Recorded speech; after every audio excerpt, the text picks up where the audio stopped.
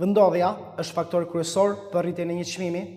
Në thelb, disa njerëz nuk blejnë vetëm një apartament, po blejnë dhe zonën ku ata duan të jetojnë. Por cilat janë arsyet kryesore që ndikojnë tek vendodhja? E para, kursën kohë dhe shpenzime.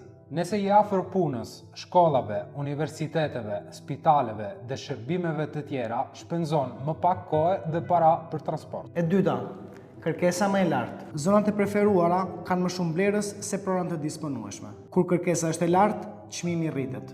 E treta, cilësi më e mirë jetese. Siguria, qëtësia, gjelbërimi, pastërtia dhe infrastruktura e mirë e bëjnë zonën me tërheqës. E katërta, potencial më i mirë investimi. Prona në zonat të zhvilluara ose në zhvillim kanë më shumë gjasa të rriten në vlerë dhe me kalimin e kohës. E pesta, mundësi më të mira për shira. Apartament në qendër, pranë universiteteve, zyrave ose zonave turistike zakonisht jepen me qira më lehtë dhe me një çmim më të lartë.